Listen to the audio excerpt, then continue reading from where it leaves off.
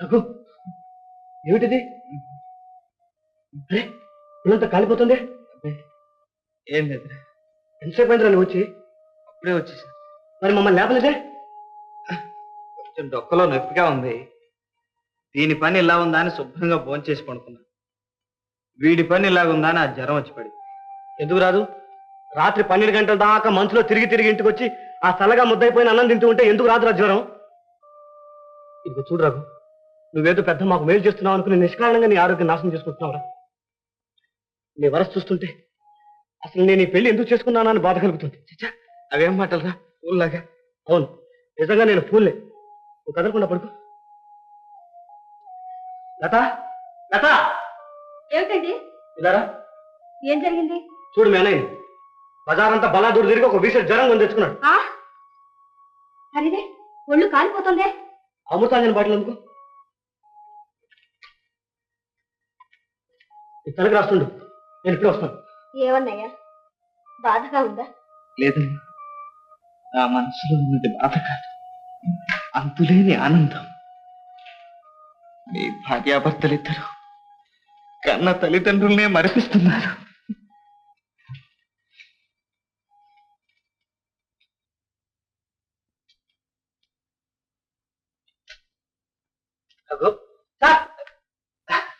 ఏమిటా సంగతి? ఏం లేదు, లతా నేను ఇవాళ సినిమాకి వెళ్దాం అనుకున్నాను. వెరీ గుడ్, వెళ్ళండి.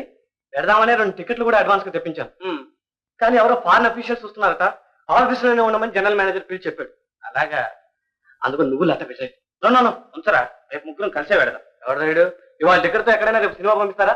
అవునవును, చెల్లదుగా మరి. అదే మరి, అందులో 2 టికెట్ల ఖరీదు 8 రూపాయలు. 8 రూపాయలే క్రిమినల్ వేస్ట్. ఇలా ఇచ్చే మేళొస్తాం.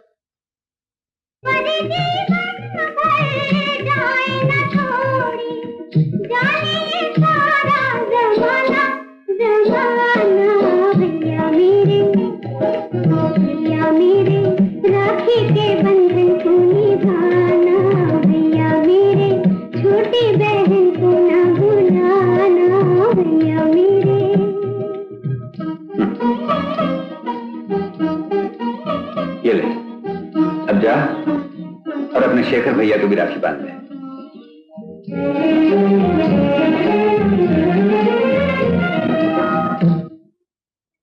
क्या है? राखी बांधेंगे। मेरे पास वक्त नहीं फजूल बातों के लिए, मैं जा रहा हूँ। नहीं भैया, ये तो बहन की एक प्रार्थना है। बहन हो और भाई राखी न बंधवाए तो बड़ा अपशगुन होता है भैया। होता है तो होने दो।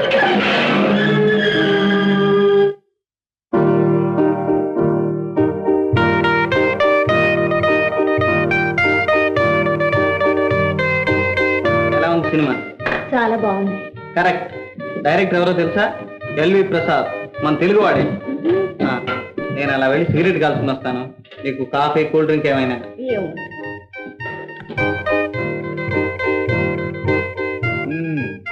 ఏరా, నేనప్పుడు చెప్తే గ్యాస్ అన్నావు, కళ్ళారా చూసావుగా, ఇప్పుడేమంటావు? ప్రపంచం పాడైపోయిందిరా. ఏం జరిగిందిరా? మన మేనేజర్ భార్య ఆ బంటుకు రఘుతో సినిమాకి వచ్చింది. ఎక్కడ కూర్చున్నారు? మా ముందు వరుసలోనే. ఆ నవ్వులు, ఆ కేరింతాలు చూడలేక చచ్చాం. వాళ్ళ పురాణం నాకు ఇదివరకే తెలుసురా. బజార్లో రాసుకుంటూ పట్టపగలే తిరుగుతారు. ఏరా, ఇంత దొరుకుతుంటే ఆ మేనేజర్కి ఏం తెలియదంటారా? ఎంత చచ్చు మొగడ తెలిస్తే ఊరుకుంటాడరా? పాపం తెలిసి ఉండదు. ముగ్గురు ఒకింట్లోనేగా ఉంటున్నారు. స్నేహితుడు కదా, నమ్మాడు కనుకనే గొంతు పోశాడు.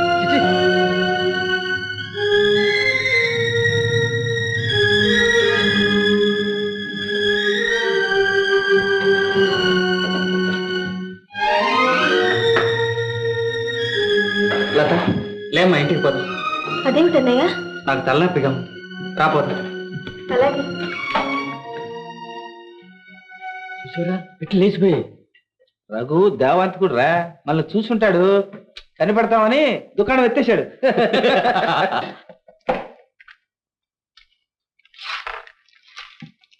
ఏమిటి ఇంత త్వరగా వచ్చేసారు?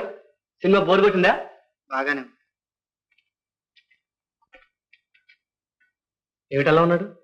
ఏమో మరి, ఇంటర్వ్యూ దాకా బాగానే ఉన్నాడు. అంతలోనే తలనొప్పి వచ్చిందంటూ తీసుకొచ్చేసాడు. తలనొప్పా? రఘు, ఏం రఘు, తలనొప్పిగా ఉందా? ఏం పెద్దగా ఏం లేదు, ఏదో కాస్త. అంతే కదా, రా భోంచేద్దాం. నాకు ఆకలిగా లేదు, నువ్వు వెళ్ళి భోంచి. అదేం లాభం లేదు. నీ ఆకలి సంగతి నాకు బాగా తెలుసు. రా ఫోన్ చేద్దాం. అరే రఘు ప్లీజ్.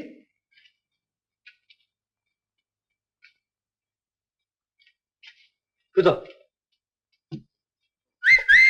ఏమిటి బంగాళదుంపలు కూడా రఘు స్పెషల్ అనమాట. Very good.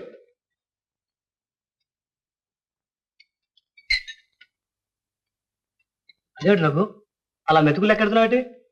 భోంచేరా? నాకు ఆకలి లేదని చెప్పాను కదా. నువ్వు 1,00,000 సార్లు చెప్పినా ఆ మాట మాత్రం నేను నమ్మను. నువ్వు లోపల ఏదో బాధపడుతున్నావు. రఘు, అసలు సంగతి ఏంటిరా? నాతో చెప్పు. నువ్వు చెప్పకపోతే నా మీద ఒట్టే. రవి చెప్పన్నయ్య. చెప్పు రఘు.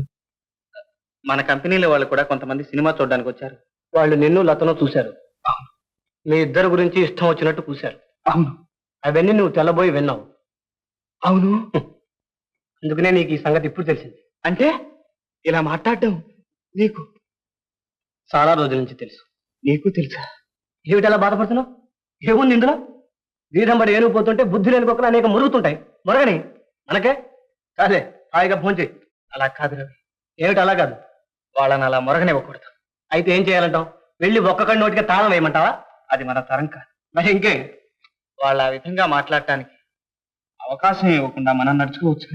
ఎలా? కొన్నాళ్ల పాటు మిమ్మల్ని వదిలి నేను వేరే ఉంటే రఘు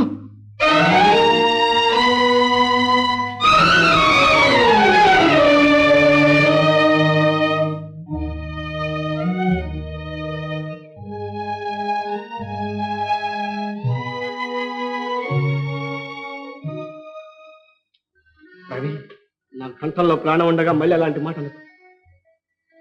అనటానికి నీకు ధైర్యం ఉందేమో కానీ వినటానికి నాకు శక్తి లేదు.